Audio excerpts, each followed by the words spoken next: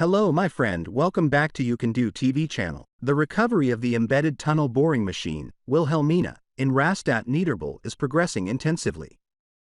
By early 2024, after completing the supporting walls around the construction pit, work began on dismantling the tunnel and extracting the machine piece by piece.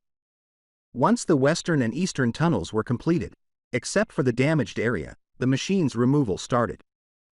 The protective concrete slab was cut into 1.5 meter wide segments, each weighing up to 40 tons, using wire saws. These concrete pieces were transported to Oetigheim, crushed, and recycled as construction material.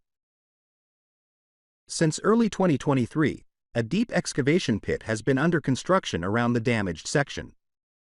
To prevent groundwater from seeping in, diaphragm walls, up to 45 meters deep, were installed. Each wall consists of multiple sections, lamellae, totaling 83, with dimensions of up to 8.4 meters in length and 1.5 meters in width.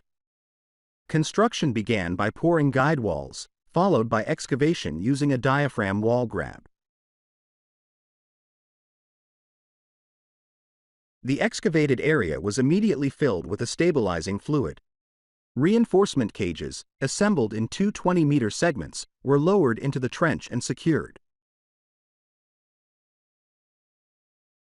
The trench was then filled with concrete from the bottom up, displacing the stabilizing fluid, which was reused. After 4 weeks, the concrete cured, completing each section. Due to the site's proximity to the Rhine, groundwater remains a challenge. Around 80 deep wells, surrounded by quartz sand filters, were installed to manage water levels. By November 2023, a gantry crane was erected. In early 2024, the tunnel and machine will be dismantled and lifted out. Finally, the eastern tunnel will be completed using an open construction method. The assembly of the first tunnel boring machine, TBM, Wilhelmina, for the Rastatt tunnel was a complex process. The TBM, manufactured by Herrenknecht, was first fully assembled at the factory for testing.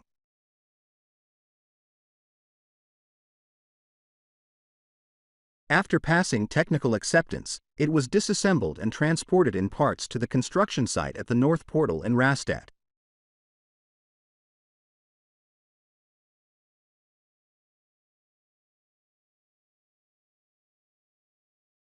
Fitters spent months reassembling key components, including the shield, tubing segment erector, shield tail, pressure ring for the flying shield approach, cutting wheel, and multiple trailers carrying essential systems like high-voltage cables.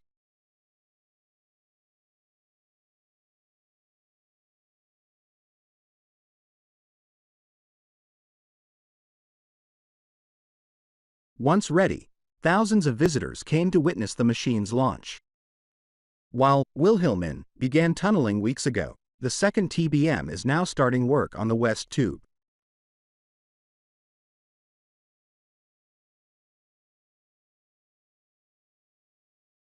Construction of the U-Bahn extension at Matzleinsdorfer Platz is progressing steadily. By 2028, the new southern branch of the U2 will connect many commuters from the S-Bahn to the city. Workers have already excavated 140,000 cubic meters of earth and dug 30 meters deep. So far, 400 meters of tunnel have been built using a special method. A total of 1,400 meters must be completed. Once the station's shell is ready, a massive tunnel boring machine will accelerate progress. The project aims for completion between 2032 and 2035. After the completion of all connecting structures in early 2023, the entire tunnel was handed over by the railway company to Eiffage for interior construction. Work began in January in the Western Tube, followed by the Eastern Tube in April, except for the emergency area in Nederland. Eiffage set up its construction site on a 2,500 square meter area, featuring a fully automated mobile concrete mixing plant. This facility can produce about 60 cubic meters of concrete per hour, with a total of around 100,000 cubic meters required for the entire project. By producing concrete on-site, transportation on public roads is significantly reduced.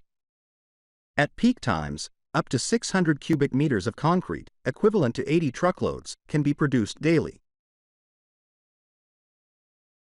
The interior construction started with the installation of the drainage pipe, which directs water to a pump station. The tunnel floor is built in 4 layers, with each raising the level by 25 centimeters, creating a 1-meter thick base.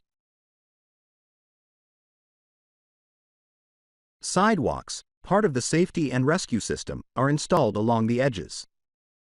The track bed is then laid between them. Prefabricated reinforcement mats ensure precise fitting. The western tube's work will be completed in early 2024, followed by the eastern tube. The next step is installing the fixed railway track.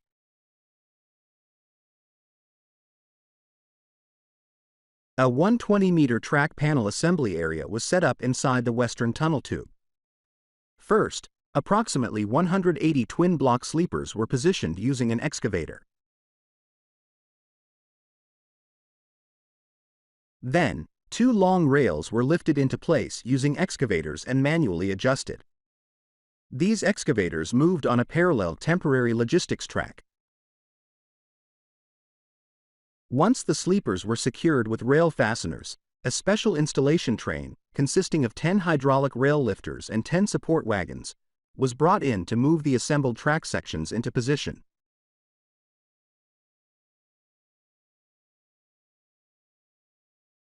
At the installation site, the rail lifters raised the track panel, allowing the wagons to be removed. The panel was then carefully lowered and connected to the already installed track.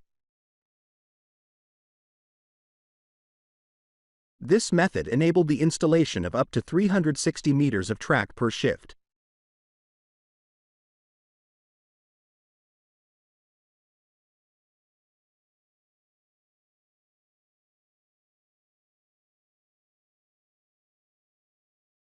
At the core of this system are 2 block sleepers, which consist of 2 individual concrete blocks connected by reinforcing steel.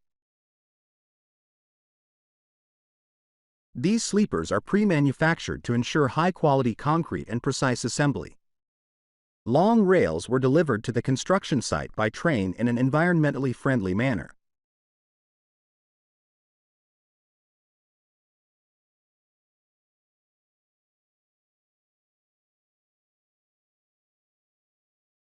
After the 4 layers of concrete and the sidewalks were placed in both the western and eastern tubes of the Rastatt tunnel, work began on installing the fixed track system in the western tube.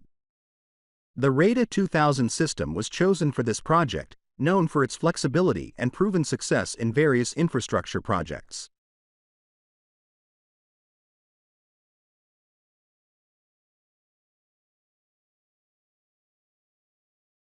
Finally, after precise alignment using a measurement system, ghetto, the track was fixed in place with a concrete slab. A narrow-gauge rail system transported fresh concrete to the site, ensuring smooth and accurate pouring. This method guaranteed high precision and durability for the tunnel tracks.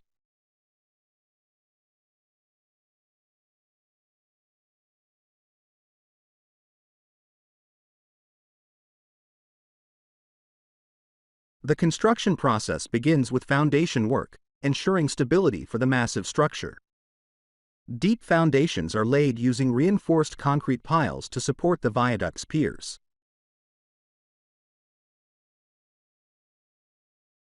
Next, pier construction follows, with vertical supports gradually rising to the required height.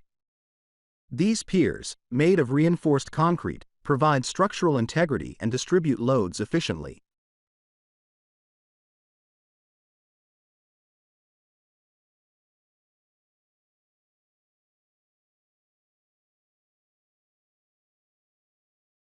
At both ends of the viaduct, abutments A and B are built to anchor the bridge, preventing movement and ensuring smooth transitions between the viaduct and adjacent railway sections.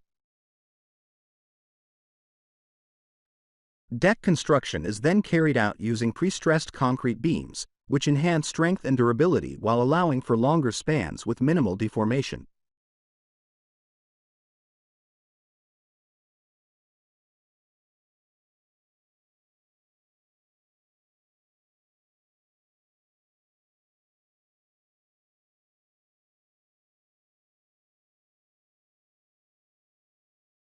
The construction of the V10 railway viaduct, a critical component of the Verona-Padua high-speed line project, is an engineering feat spanning 765 meters with 28 spans and an arch bridge.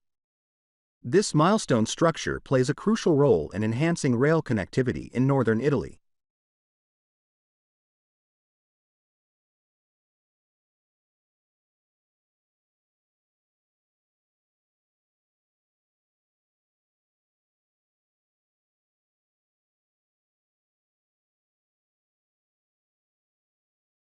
Once the main structural elements are in place, load testing is performed to assess the viaduct's ability to withstand operational loads.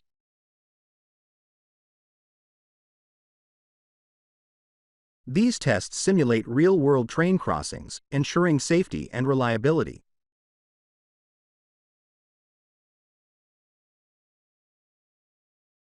Capturing every phase, time-lapse footage and aerial views highlight the precision and complexity of this remarkable engineering project, bringing high-speed rail connectivity closer to reality.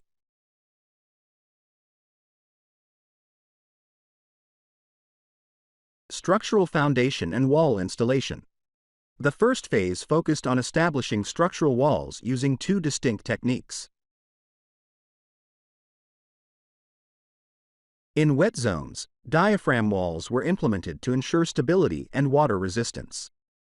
Meanwhile, in dry areas, Parisian walls were used, a method allowing efficient excavation while maintaining structural integrity.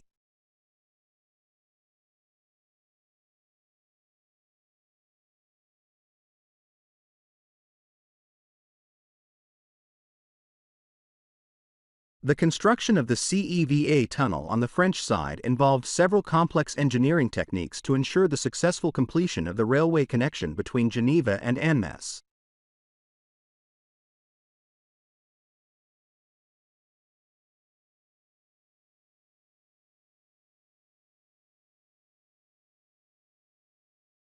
The project required careful adaptation to both wet and dry zones, incorporating different construction methods to suit the environmental conditions.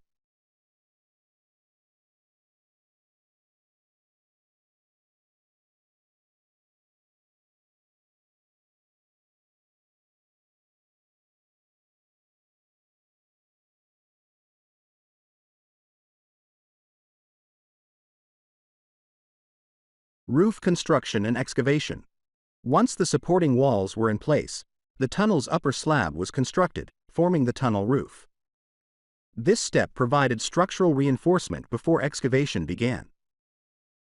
The excavation process, known as mole excavation, involved the systematic removal of soil from inside the tunnel while maintaining the integrity of the surrounding structures. Concrete reinforcement and drainage installation. Following excavation, concrete was sprayed onto the walls to finalize the Parisian wall sections, reinforcing the structure and ensuring durability. Additionally, siphons were installed to manage groundwater drainage, ensuring effective control of the water table and preventing infiltration that could affect the railway infrastructure. Tunnel base and rail support preparation. The final construction phase involved the creation of the base slab, a reinforced concrete foundation that would serve as the future support for the railway tracks. This essential step ensured the stability and safety of the railway system, allowing for the installation of tracks and subsequent railway operations. The CEVA railway project plays a crucial role in enhancing cross-border connectivity by linking Geneva with the Haute-Savoie region. Spanning 16 kilometers, including 2 kilometers of newly constructed track on the French side, The project also includes modernization efforts across the Haute-Savoie railway network. This infrastructure development contributes to the establishment of the Léman Express, the first transboundary regional rail service between France and Switzerland, significantly improving mobility and regional integration. Inside the tunnel, the process began with placing 18-meter-long rails, which were then welded into 250-meter sections. A waterproof membrane was installed to ensure durability. The construction process of laying the rails for the Léman Express on the French side followed a precise and methodical approach. The CEVA railway line serves as a crucial link, enhancing connectivity between Geneva and Haute-Savoie by eliminating border-related travel constraints. The project involved laying new tracks and modernizing the existing infrastructure to support the first cross-border RER between France and Switzerland. A total of 6,700 concrete blocks were positioned to support the track structure. Precision adjustments were made before verification measurements were conducted.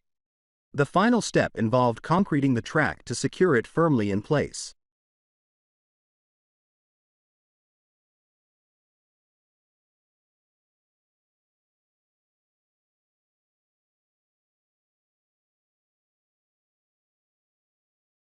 The installation process varied depending on the track type: concrete track inside the tunnel and ballasted track in open areas.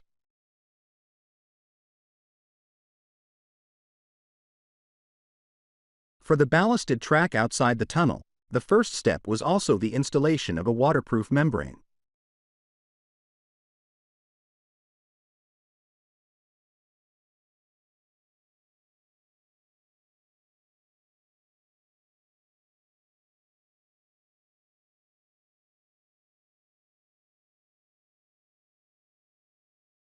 This was followed by an initial phase of ballast spreading, ensuring a stable foundation. Concrete sleepers were then positioned, and the rails were secured in place.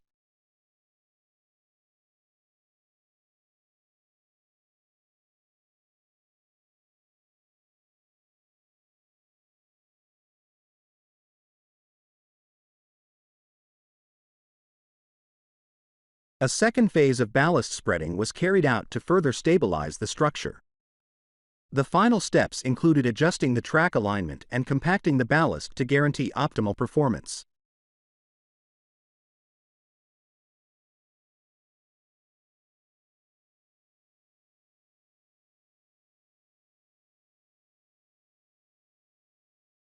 The project began with the demolition of the old railway roundhouse, followed by the preparation of the prefabrication area for the underpass. Subsequently, the removal of railway infrastructure and excavation work prepared the site for the first shifting operation of the underpass. This phase was executed using rails, lifting jacks, and push jacks to move the structure into position. A second shifting operation was necessary to complete the installation, during which train services were temporarily suspended to allow for the safe removal of railway equipment and the precise alignment of the structure.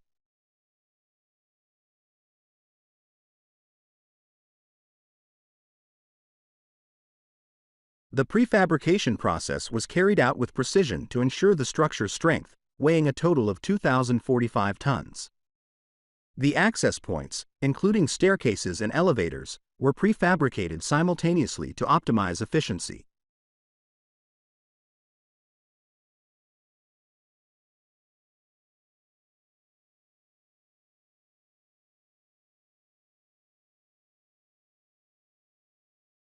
The construction of the underpass at Annemasse station was a crucial step in the modernization of railway infrastructure as part of the CEVA project.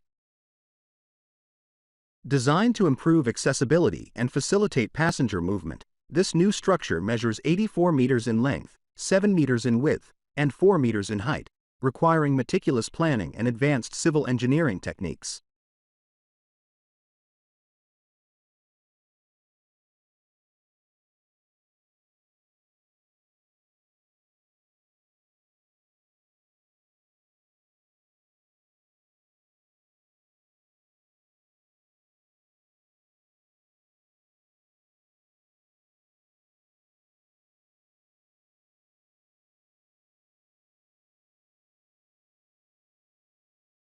Following the installation of the access points and elevator shafts, backfilling and reinstallation of railway equipment were carried out. Once the underpass was secured, train services resumed.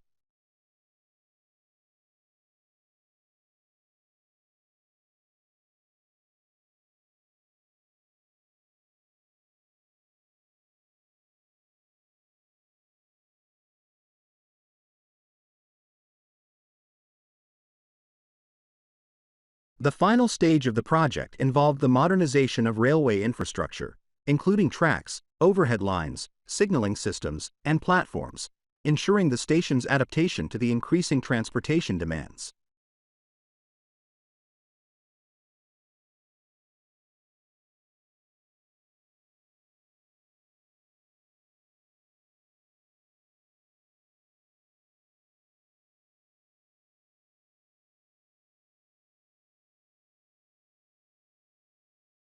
With the completion of this project, Annemasse Station, one of the key stations in the Auvergne-Rhône-Alpes region, became fully equipped to accommodate millions of passengers annually, significantly enhancing the efficiency and convenience of travel.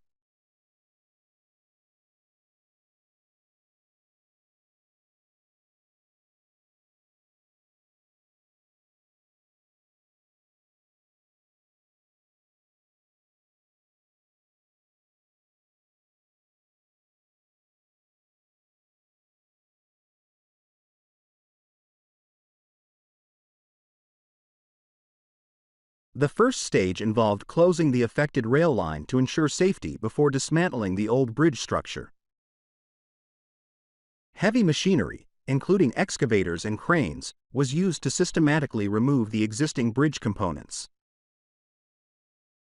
Any unforeseen ground conditions, such as water saturation, necessitated additional preparation work to stabilize the foundation before proceeding.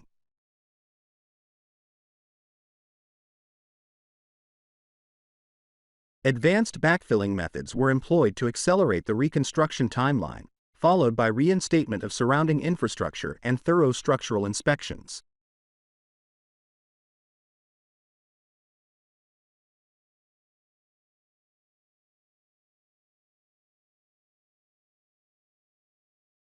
Once demolition was complete, the new bridge was transported to the site and positioned using a self-propelled modular transporter.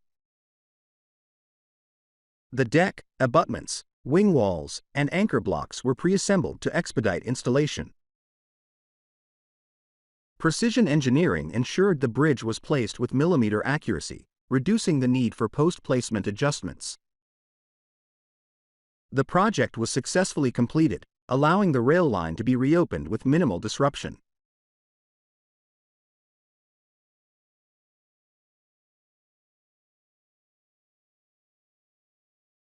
The rail bridge reconstruction project in Reading involved a planned sequence of operations to ensure a seamless installation. The project required detailed site surveys, ground assessments, and logistical planning to facilitate efficient demolition and installation.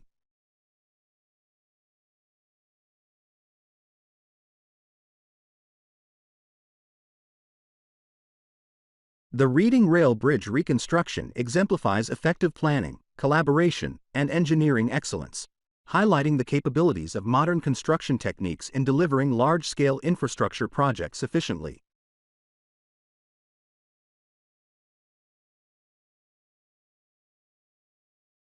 Work began in the early hours of the weekend, with rail services temporarily suspended.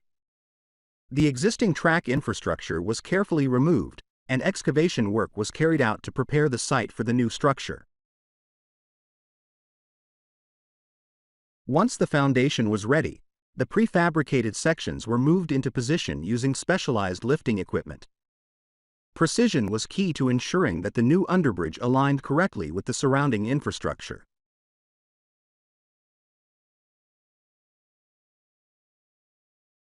The installation of a new underbridge beneath the rail line was a planned operation, executed within a single weekend to minimize disruption to rail services. In the months leading up to the installation, the underbridge was constructed in sections beside the rail line. This prefabrication approach ensured that the final installation could be completed swiftly and efficiently.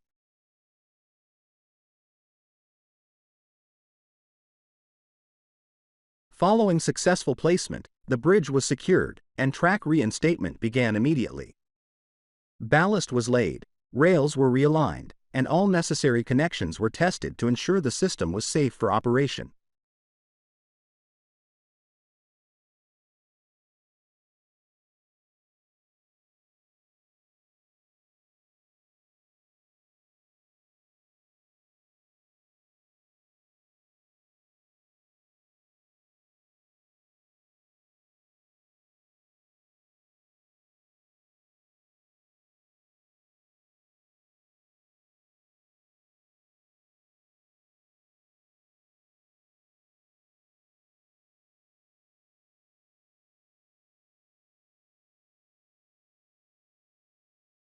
By the final day of the weekend, the track was fully restored, and services resumed shortly after, marking the completion of a highly coordinated engineering effort. The successful execution of this project demonstrated the effectiveness of advanced planning, modern construction techniques, and collaboration between various teams, ensuring minimal disruption while enhancing road connectivity beneath the railway line.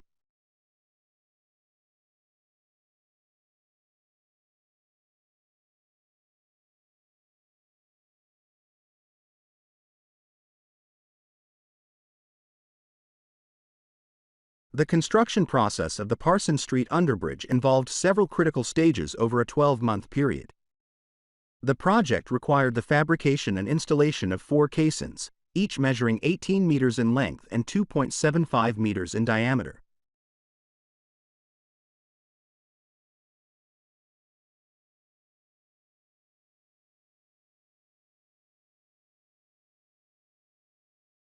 The steel reinforcement prefabrication was completed off-site at Express Reinforcements in Neath. Each caisson was divided into 2 sections for transportation and delivered to the site, where Kier managed the placement. The prefabrication phase ensured accuracy and efficiency in assembly, reducing on-site labor and installation time.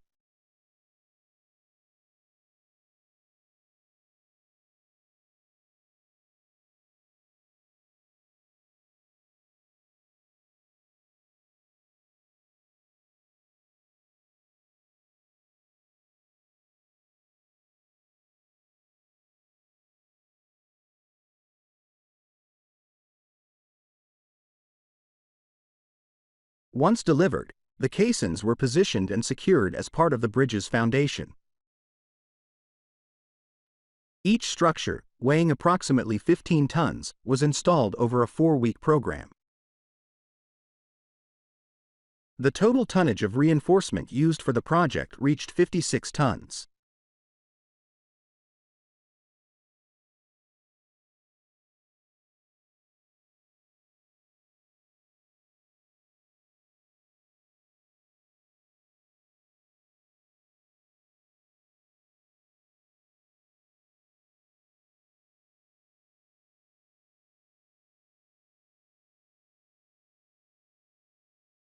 The construction process demanded precise coordination between prefabrication, transportation, and on-site assembly. Proper alignment and secure placement of the caissons were critical for structural integrity.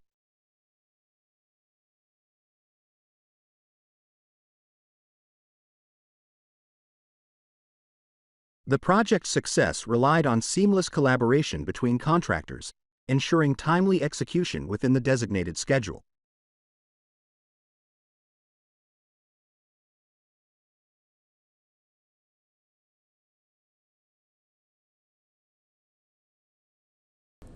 The Caterpillar 320C excavator is well suited for loading second-category material onto trucks for landfill due to its powerful performance and efficient operation. Its 138 horsepower engine ensures steady power output, allowing it to handle heavy loads with ease.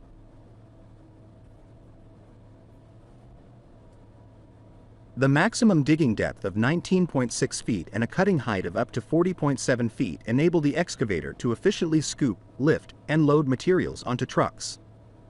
With a 1.1 cubic yard bucket capacity, the 320C can move substantial material volumes per cycle, improving overall productivity. The 7.3-foot track gauge provides stability on uneven or compacted landfill surfaces, ensuring safe operation even in challenging conditions.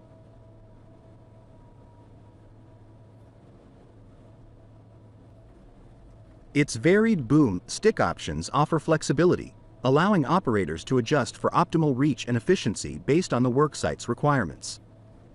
Additionally, the spacious cab design enhances operator comfort, reducing fatigue during long shifts.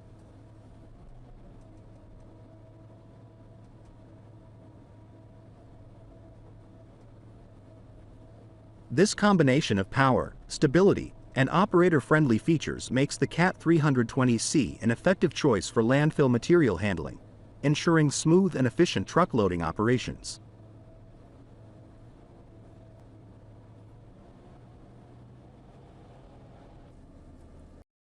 The HBM grader, equipped with stair forestry equipment, is used for road maintenance in the Thuringian forest.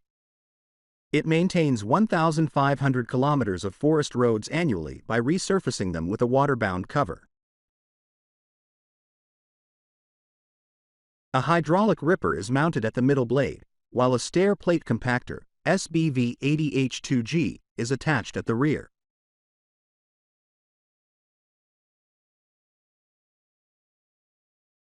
This system breaks up deep ruts and potholes, mixes road material, and redistributes it.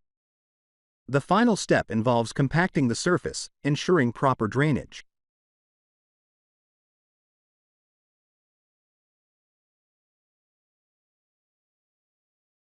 This method eliminates the need for additional materials, reducing costs while improving efficiency and environmental sustainability.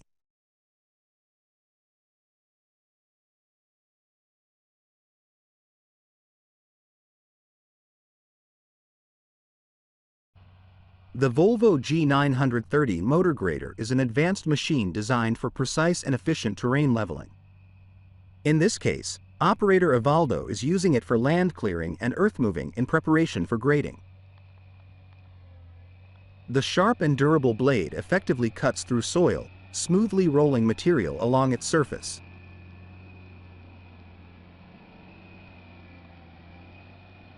Notably, the G930 operates with minimal noise, enhancing comfort for the operator. This model, part of Volvo's high-performance grader lineup, boasts exceptional power, torque, and fuel efficiency.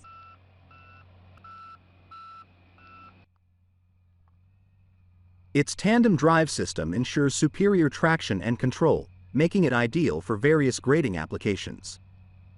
The combination of cutting-edge engineering and smooth operation makes the Volvo G930 a top choice for precision earth moving.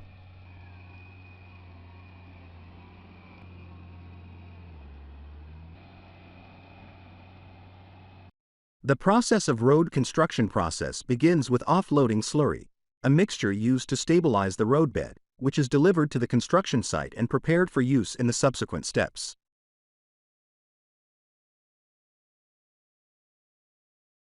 Before injecting slurry, the existing roadbed material is ripped to break up compacted soil and create a suitable base. Once the roadbed is prepared, slurry is injected to enhance stability and improve the road's durability. The injected slurry and material are then thoroughly mixed to ensure uniform distribution and optimal performance.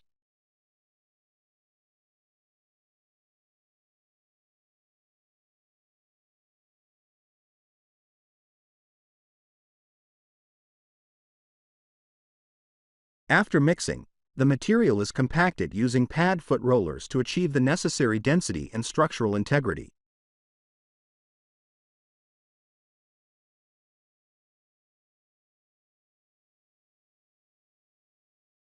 Following compaction, the surface is finely bladed and flat rolled to create an even and smooth foundation for the asphalt layer. Density tests are then conducted to ensure that the roadbed meets the required compaction and stability standards.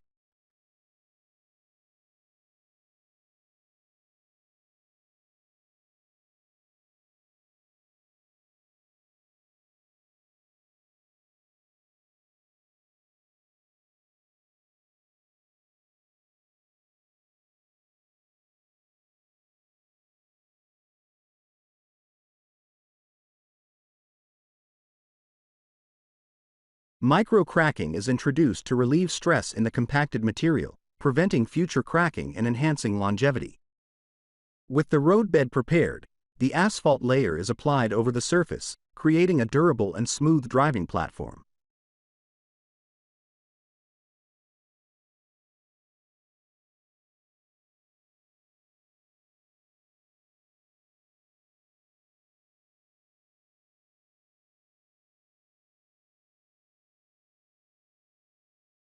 To further extend the life of the asphalt pavement, HA5, a high-density mineral bond, is applied.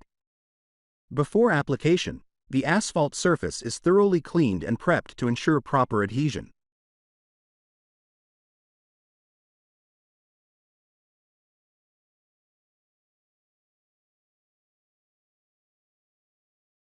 The first coat of HA5 is applied to the asphalt surface to enhance durability and resistance to wear. After curing, a finishing coat of HA5 is applied to seal the surface and protect it from environmental elements.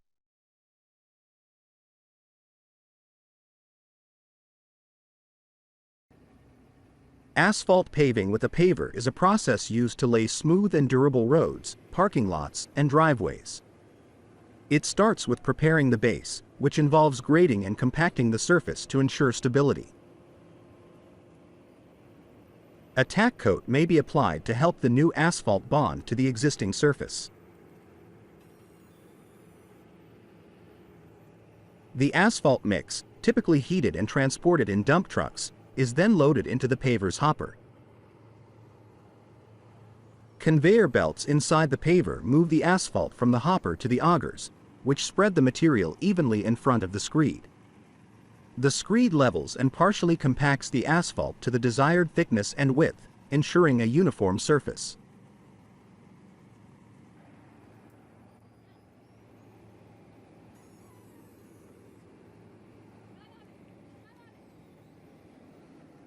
As the paver moves forward, operators control the speed and depth while ensuring proper alignment.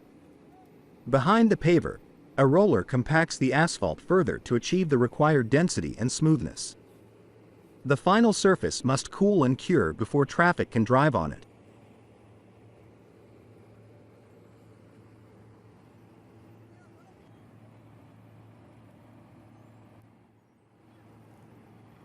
Proper execution and quality control during paving ensure a durable and long-lasting asphalt surface, resistant to weather and heavy traffic loads.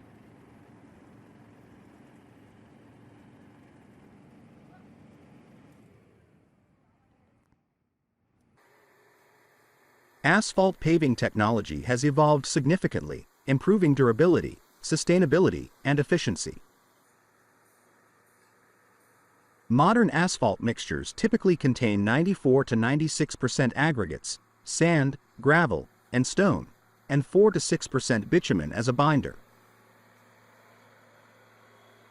Hot mix asphalt, HMA, is produced at 280 to 320 degrees Fahrenheit, 140 to 160 degrees Celsius, while warm mix asphalt, WMA, which reduces emissions and energy consumption, is produced at 212 to 275 degrees Fahrenheit, 100 to 135 degrees Celsius. High-performance superpave, superior performing asphalt pavements, designs optimize mix properties to withstand heavy traffic and extreme temperatures. Roads paved with polymer-modified asphalt, PMA, last 50% longer than conventional asphalt. Reclaimed asphalt pavement, RAP, is widely used, with many projects incorporating 20 to 50% RAP to lower costs and environmental impact. Advanced paving machines ensure plus or minus 3 mm precision in surface smoothness, enhancing ride quality and fuel efficiency. Asphalt quality control, QC, is essential to ensuring durable and high-performing roadways. QC technicians are responsible for testing the asphalt mix from raw materials to the finished pavement. They analyze aggregates, liquid asphalt, and final mixtures to confirm compliance with engineering standards. Before construction, technicians test aggregates for properties like angularity, specific gravity, and gradation.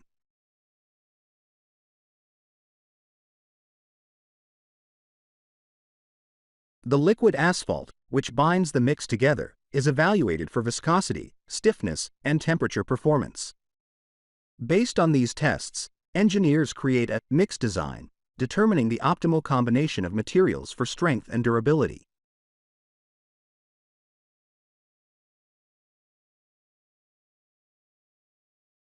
During production, asphalt samples are collected and examined to maintain consistency.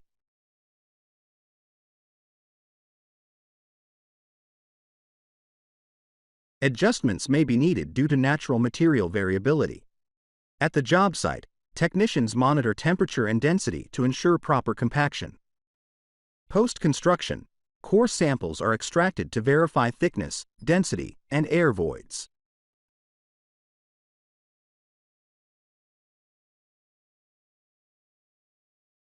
Through precise testing and monitoring, QC technicians play a critical role in the success of asphalt paving.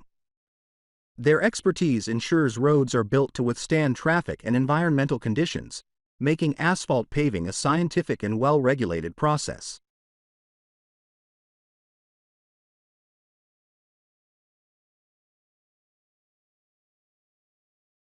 The I-57 road construction project involves a multi-phase process designed to enhance capacity and improve safety. The project consists of widening a 4-mile stretch from 2 to 3 lanes and includes the reconstruction of the I-57 interchange in Vernon, Illinois. The construction process is being carried out in several key phases to ensure efficiency and minimal disruption to traffic. Phase 1 of the project involved a preliminary engineering and environmental study, which analyzed transportation issues and incorporated community input. This phase identified the need for capacity expansion and safety enhancements while minimizing environmental impacts.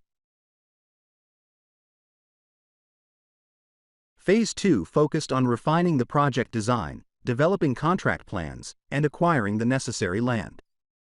This phase detailed improvements such as removing and replacing the existing structure, reconstructing the interchange at Illinois 15, and realigning Illinois 15 to reduce skew at the interstate, thereby improving safety.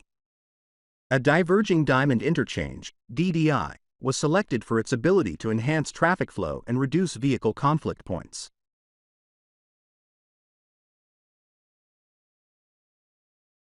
Phase 3, the construction phase, is scheduled to begin in spring and is expected to last 24 to 36 months.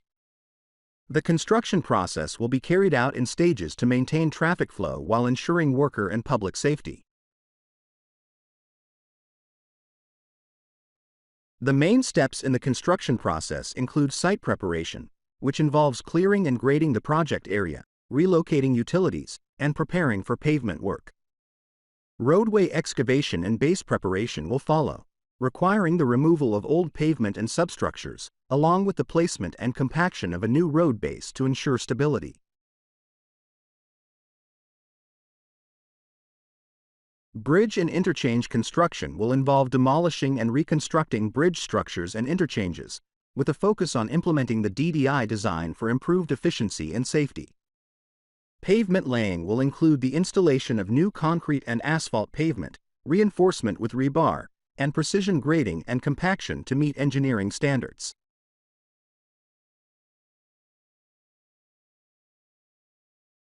Traffic signal and signage installation will be carried out to implement advanced signage and traffic signals that will guide drivers through the new interchange configuration. The final stage will include roadway markings and landscaping to enhance road visibility and aesthetics.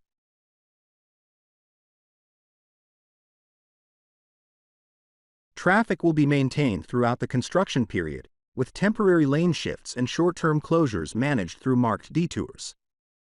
The goal is to complete construction efficiently while minimizing disruptions to motorists and ensuring a safer, higher-capacity roadway upon completion. Tilt-up construction is a building technique that involves casting concrete wall panels on site and then lifting them into place. The process begins with site preparation, including grading and forming the building's foundation. Once the foundation is ready, large wooden forms are constructed on the ground to shape the wall panels.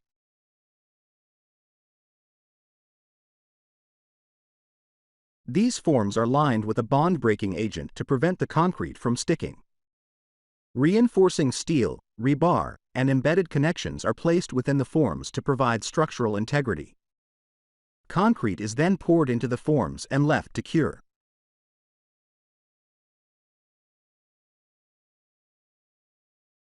For insulated tilt-up panels, a layer of insulation is placed between two concrete layers, creating a thermal barrier suitable for temperature-controlled environments. After the concrete has reached the necessary strength, large cranes lift the cured panels into position.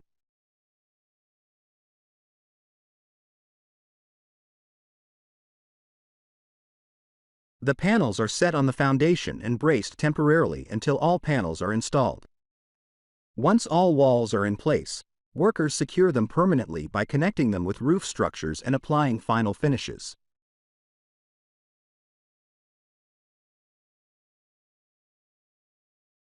This method allows for rapid construction, cost efficiency, and durable, energy-efficient buildings. Tilt-up construction is widely used for warehouses, commercial buildings, and industrial facilities.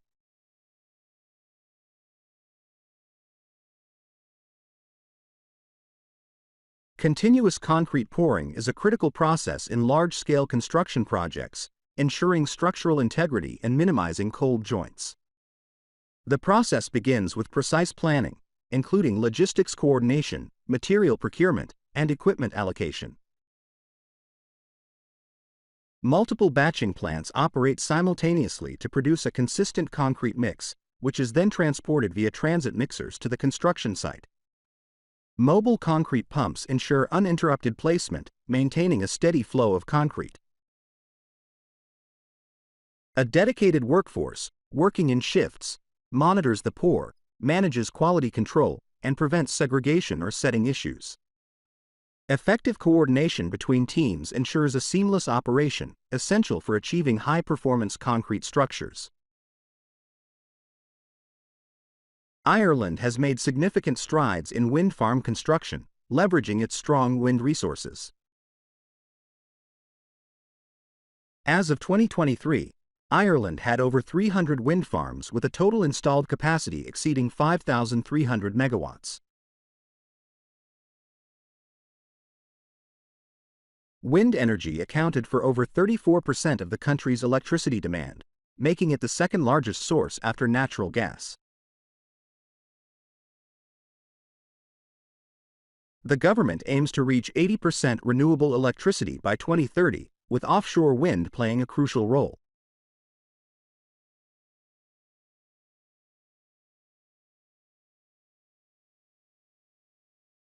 The first large-scale offshore wind farms, such as the 5 gigawatts phase of the Celtic Sea development, are planned for completion by the end of the decade.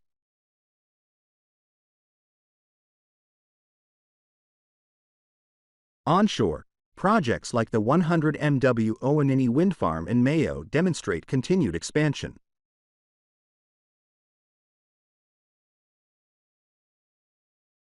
Investment in wind power not only supports sustainability but also contributes to Ireland's economy, with over 5,000 jobs in the sector and billions in investment projected over the next decade.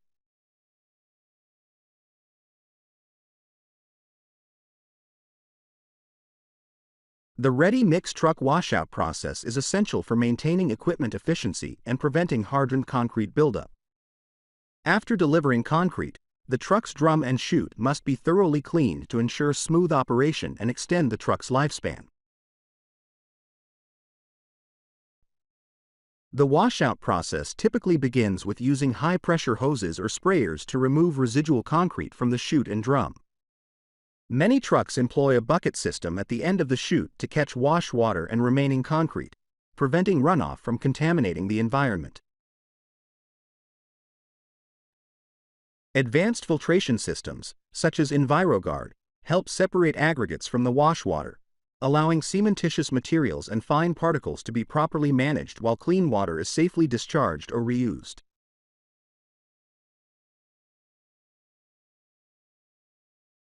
These practices are critical in reducing environmental impact, preventing contamination of storm drains, and conserving water. By implementing efficient washout procedures and utilizing environmentally friendly solutions, the concrete industry continues to align with sustainability goals, including the commitment to achieving net zero emissions by 2050.